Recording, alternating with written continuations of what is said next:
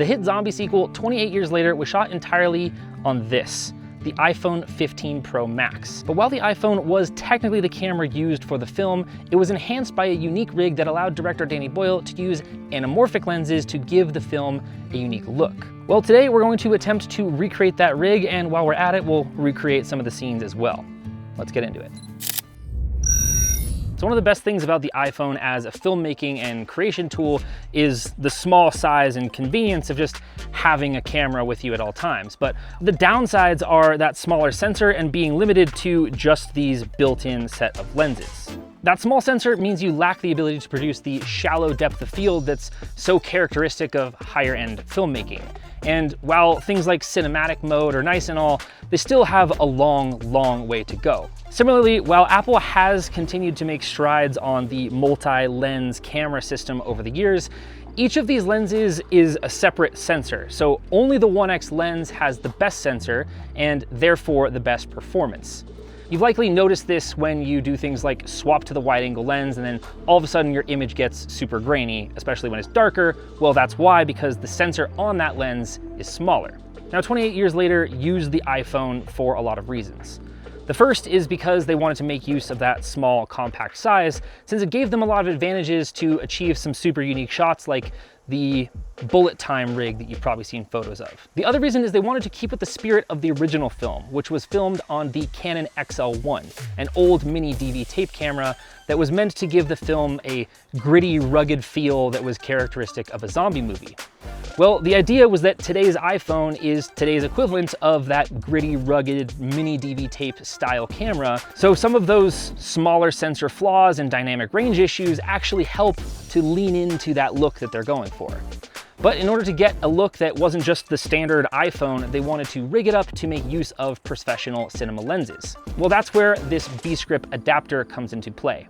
I did some sort of squinting on the behind the scenes photos and realized that they were using DOF stuff for the rigs, so I reached out to DOF to see if they could lend me some of the stuff to recreate this rig. The lenses that 28 years later decided to go with are the Atlas Mercury. Now, by professional Hollywood blockbuster standards, these are cheap, affordable lenses, but they come in at around $8,000 per lens, which means by you and me standards, these are very expensive high-end lenses. If you've been watching any of my content lately, you've known that I've been using the Atlas Mercury quite a bit, and I really like the look that they provide. The flares are incredible, the swirling anamorphic bokeh is super unique, and I think they very much go along with that gritty look that we're going to be looking for while still being incredibly sharp, even on the small sensor of the iPhone. But don't worry if you don't have access to or the budget for an Atlas Mercury. We're gonna have some cheaper options for you later in this video as well. All right, so we're starting with the iPhone 15 Pro Max. Technically, you know, the 16 Pro Max, or maybe by the time you're watching this, 17 Pro Max or whatever would probably be a better option. But this is what they filmed it on for the movie. And that's because it was a while ago. That was the newest one that was out. This is also just the one that I have. So that's what we're going with. So to start the rig, we're starting with the iPhone 15 Pro Max, and we're gonna put it on the Beast cage. This one has an additional cage around it, so you could just get this portion, but this has the full kind of cage attached to it already. This thing locks in pretty nicely. So you have this kind of little release mechanism here that pops open, and then this can kind of come off, and you just slide your iPhone in there like so, and then this kind of comes back in and pops in. And then you have tons of mounting points all over this. NATO rail on the top, we have a cold shoe, we have NATOs on the sides, we have our 15mm rods, which we'll get to in a second, on the bottom. So we got some nice long 15mm rods here. Just gonna slide those on in, and we'll just leave them as is for now. Then we have our depth of field photon. So this is the key of the entire rig. What this does is this allows us to put a PL mount onto our B grip.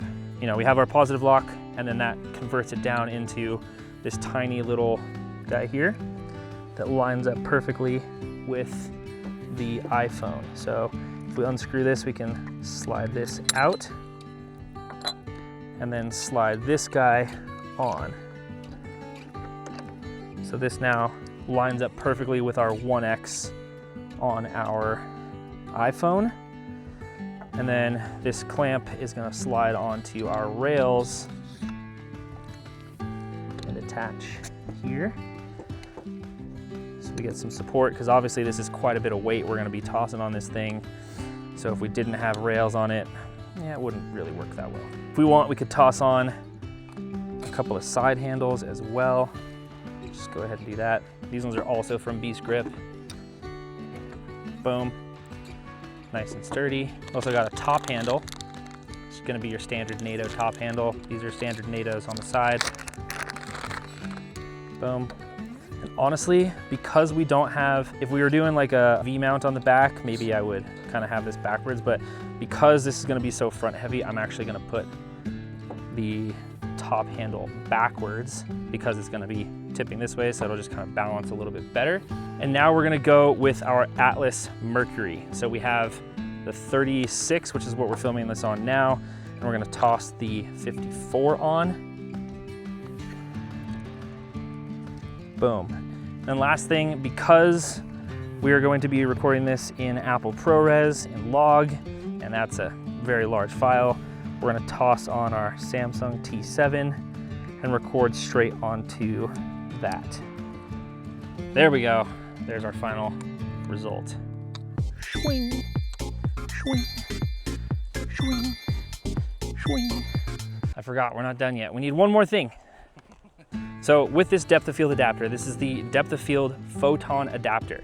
They do make these for EF mounts that you can buy. This is number 30 of 100 that they made for the movie specifically. Now, what this does is it basically it takes all of it and kind of like condenses the light down onto this tiny little hole for the iPhone. So it's basically like magnifying the iPhone lens out. So it's cool because now we can use like much bigger glass. However, the issue is if you stop down, you actually, because you're closing the aperture so much, the aperture actually vignettes the image. So you don't have a ton of aperture control. We can go like 2.2 down to like maybe f4-ish. So we definitely need to make use of a matte box. Now, these Mercury lenses, they do have an 86mm front thread, but it's kind of hard to find a good ND that's 86mm. So we have to do a clamp style matte box instead. So the one that I'm using is, what is this, the Recon system, I think, from Polar Pro. Now you look like a professional. Shot on iPhone. I mean, come on, this is not shot on iPhone. This is shot on some very expensive stuff, but there you go. Now, once we have this rig all built out, how do we actually record to this thing? We aren't gonna be able to use the native iPhone camera app. There are a few different options instead. So Beastcam makes their own app. Cinema P3 is another option. There's Filmic Pro, which is also super popular. However, I have opted for the Blackmagic camera app because it's free, it does everything we need to do, and you know, I'm a Blackmagic guy. DaVinci Resolve, it made sense to me. There are a few settings that we'll want to set up. First, we want to go into Settings, Camera, and set our anamorphic D-squeeze to 1.55x, close enough to 1.5. We'll then want to go to Flip Image for SLR lenses. So the Beast Grip adapter takes the image and flips it as part of the optics, so we need to go back in and flip it within the app. For my record settings, I'm doing Apple ProRes 422HQ in 4K with Apple Log, and then the app also lets you import things like your own LUTs, which you can just have loaded straight onto your phone. Okay, so one thing about using this adapter with a manual focus lens is the phone is gonna want to still use autofocus. So what we need to do is we need to come into camera, and then under the autofocus section, we're gonna disable autofocus. And what I've found to work the best is if we just focus to infinity on the lens, and then adjust our focus on here until infinity looks like it's in focus. And I found that it's around 0.4-ish. And so now we have it locked there.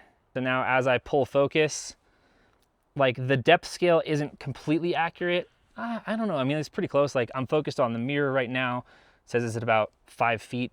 That's a little more than 5 feet, but it's close enough. So, you know, we're not using our distance scales super accurately, but this way we're at least able to pull focus versus like if I have autofocus on and I now move focus, it's changing the autofocus as I rack focus, and it's basically just kind of keeping the middle in focus the whole time. All right, so this scene's kind of the rough vibe we're going for. Walking through, bow and arrow, looking for zombies. Hopefully we don't find any. You know, you get it. I don't really look at all like Aaron Taylor Johnson, and I don't have a cool, you know, post-apocalyptic fireman's jacket or whatever it was he was wearing. But I got some boots and a hat. I'm gonna look a little bit more like a park ranger than a post-apocalyptic zombie bowman. But, you know, it's what we got. We're working with what we got. His jacket was red. My jacket's a greenish brown. Whatever. We're gonna make it work. You know, this actually balances quite nicely like this. This scene looks pretty cool, right? I think it works. Do you think they all had like, do you think on set they all had to like use their Face ID? Like, do you think they had to register all of the different camera ops Face IDs? Look, we don't have high-end set design. This is YouTube here, okay? I don't have props team.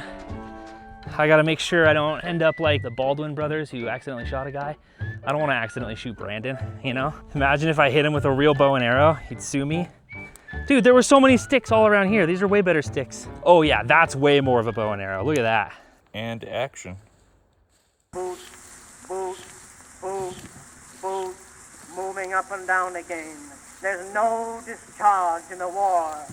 Don't look at what's in front of you. Boot, boot, boot. Well, I'm about to run through a marsh. Moving up and down again. There's no discharge in the war. I had to high step because it's so marshy. Now, I know what you're thinking. I'm not gonna spend $8 grand on a lens just to do some stupid little iPhone video, which is fair. But you could do Blazar Remus instead. Or you could do, B-Script makes the 1.5x anamorphic adapter.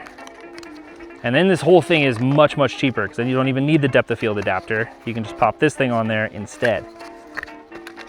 So let's do a couple shots with this and see what that looks like. So for this ND, we're just gonna use our trusty Helix Maglock. I mean, this is now nice and run a gun, and we can use autofocus, which is clutch. I'm pretty sure they did use a few of these lenses for some of the, you've probably seen the multicam like bullet time rig. Up and down again. There's no discharge in the war. Don't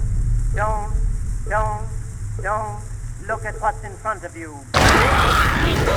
Comparing the Atlas Mercury version of this rig, you can definitely see that added depth of field, the interesting bokeh, that swirling effect.